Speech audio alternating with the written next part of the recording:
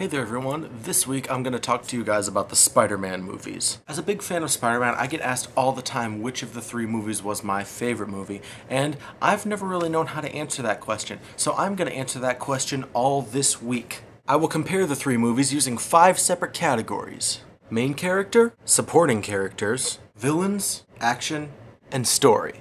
Every day this week, I will post a video comparing the three movies based on one of those 5 categories. I will award 1 point per day to the movie that wins that category, and we'll see how they measure up against each other. With that said, let's get to the first category, our main character, your friendly neighborhood Spider-Man. This one is a really tough call, so I'm just going to start off by saying that the first movie is right out. The problem is that the Venom suit is supposed to enhance aggression, not angstiness. And they really screwed that up royal. Besides that, Peter Parker isn't even that likable as his normal self because he completely fails to see anything from Mary Jane's perspective. He's just so bloody oblivious to her feelings all the time, and he expects his love to just be enough for her. So that's just not gonna fly.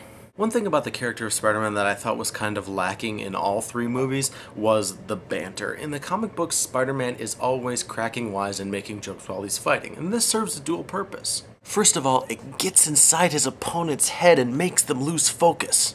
Also, it's his coping mechanism. I mean, he's literally fighting for his life out there, and he deals with that by making light of it. And the movies have hardly any of that banter, which is a big problem, but they do have some. Now, some people might complain that Spider-Man's jokes are kind of cheesy in the movies, but honestly, I like that. I think they should be cheesy. I mean, that's the reason that they get inside his opponent's head so much. The first movie has the most banter of the 3, but the second movie does have some good quips as well.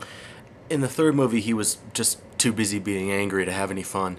Ultimately, it's a debate between the first film and the second film. Now, in the second film, Peter Parker is dealing with a lot of his classic problems. He has trouble keeping a steady job, the press is giving him a bad name, he's always hard up for cash, and he's in love with a woman he can't be with. But in the first movie, on top of dealing with all that, he's also dealing with the fact that he just lost his Uncle Ben, and he's coming to grips with having freaking superpowers. That is a lot for any guy to go through, but what keeps him going through all of it is his Uncle Ben's classic motto, with great power comes great responsibility.